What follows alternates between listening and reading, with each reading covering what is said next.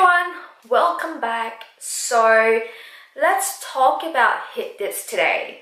This is such a hot topic right now, but I've only heard of hip dips this year. Look, hip dips is extremely common. You're not a freak. Almost everybody has one. It is just part of our skeletal structure. So there's no way you can avoid it. As long as you're a human, you're gonna have some sort of hip dips. So today I'm going to talk about a few tips to improve that, and also 10 exercises that you can do to fill up that area. So yeah, if you want a natural way, keep on watching. So I just want to show you a few diagrams of our hip and thigh bone area, and also where the muscles sit. This is going to help you to understand your body better and hopefully help you to engage your muscles better at the gym. So here's our hips and thigh area.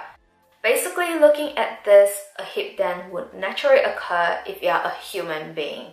But how deep the dent is depends on how high your pelvis sits and also how wide your hip is, which is your ilium. If your ilium is quite high and wide relative to where your thigh bone starts, which is your femur, then there is a higher chance of having a bigger dip. But if the gap is small, then chances is you will have a very little dip or none if you have substantial fat and muscle around the area.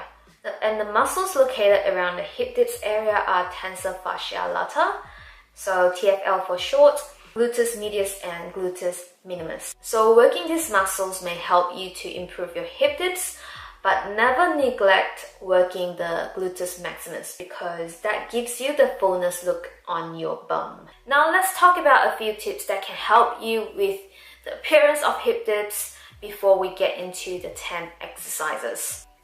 So the first reason why your hip dips is bothering you is probably because of your love handle. So love handle is basically the fat that is sitting on top of your hips. So having lots of fat on top of your hips gives you the impression that you have hip dip.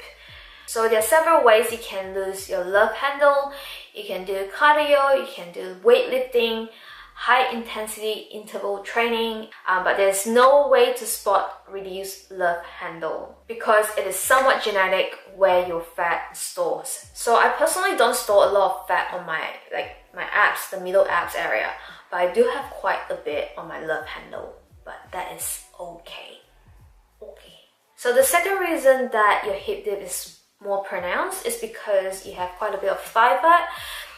That's something that I noticed at the end of my bulk because I gained quite a lot of fat on my thighs because that's just my body type. I gain most of my weight on my thighs and my butt and love handle, and yeah. So the fat on the upper outer thigh is gonna give you an impression that you have hip dip.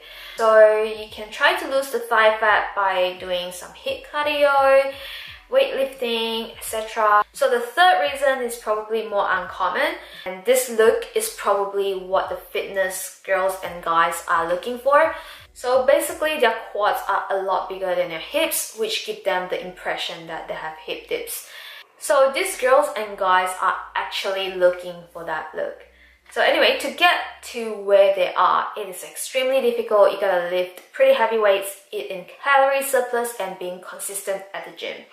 So yeah, if you are worried about getting really quad dominant, then you can try to do more hamstring focused exercises instead. So yeah, those are the 3 reasons and tips that you can improve the appearance of your hip dip.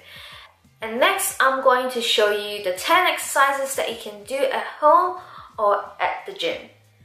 Let's do this. The first exercise is lateral band walk. This exercise targets the tensor fascia lata, so TFL in short, and also your gluteus medius. So position the band right above your knee. I find that activates the glute medius and TFL best. So hinge at the hips, knees slightly bent, and keep your back neutral. Stay in this position and take a lateral step.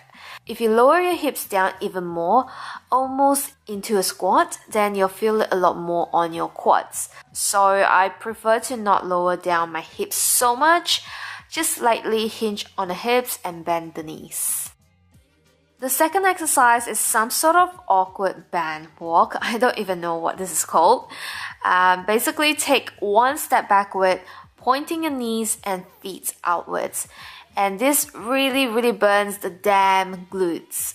This really activates the outer part of your glutes, but you need to do this a few times to get used to it, because if you don't really know how to do it, then you can't really activate your glutes.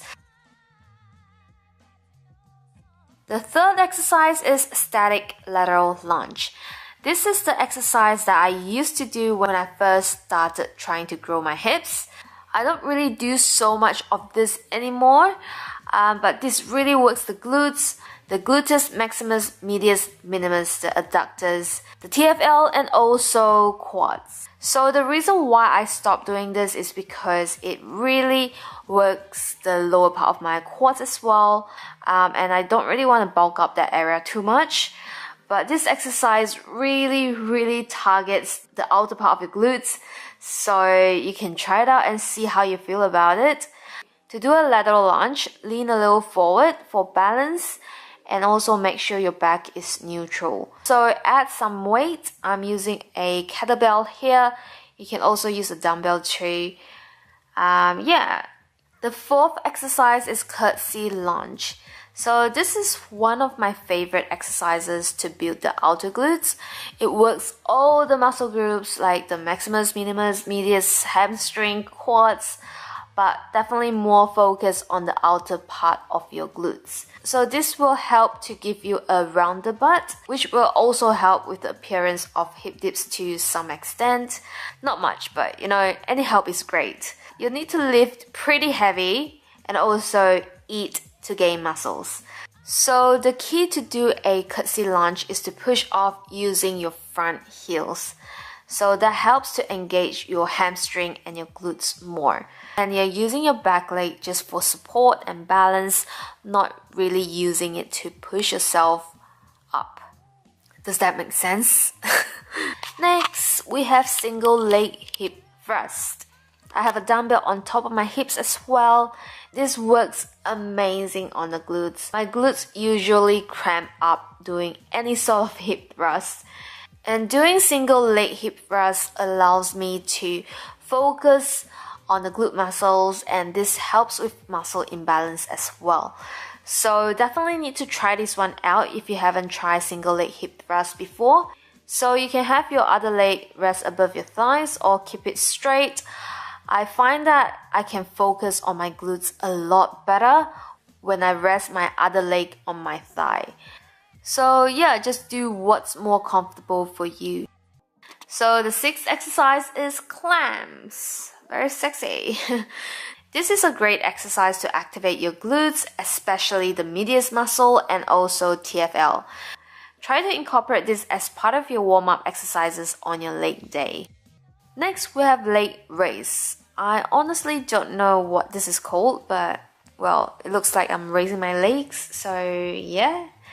First, find a bench that you can give a really nice hug. You can also add a resistance band on your ankles or on your thighs. Start with your legs slightly wider than your shoulder width, then raise both of your legs together at the same time and touch your feet together when your legs are at the top. This works the damn medius, minimus, maximus. Yes, smash those glutes. You can also try it without a resistance band first. Do it slow and controlled.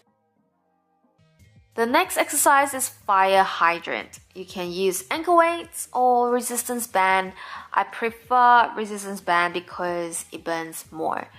This works the medius, minimus, and yeah, you know the deal by now.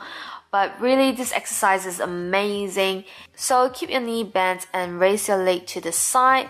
And also kick it slightly backwards, just slightly. I find that engage my glutes a lot better.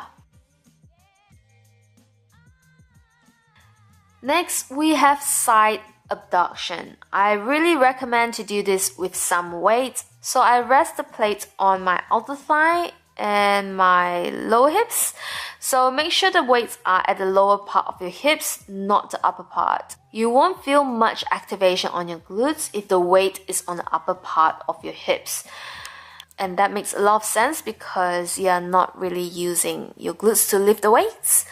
So this works the TFL, the glute muscles, and I can't be bothered to say all the fancy names anymore, but you know, you get the point. The last exercise can only be done at the gym. There's two ways you can do this. You can hover right above the seat like this. So this works wonder on the gluteus maximus and also the TFL and the two little glute muscles. If you sit on the seat, then you'll be engaging your TFL and medius more, and a little bit less on your maximus. So try both of them out and see which one you like better. Also lean a little forward to engage your glutes better. And yeah, that's the 10 exercises, guys. Yeah. So yeah, I hope you find this video helpful. Again, I don't want you to feel upset about hip dips. It is extremely common. Almost everybody has hip dips. So that's about it for today's video. Please give this video a thumbs up if you find it helpful. And yeah, I'll see you guys very soon. Bye!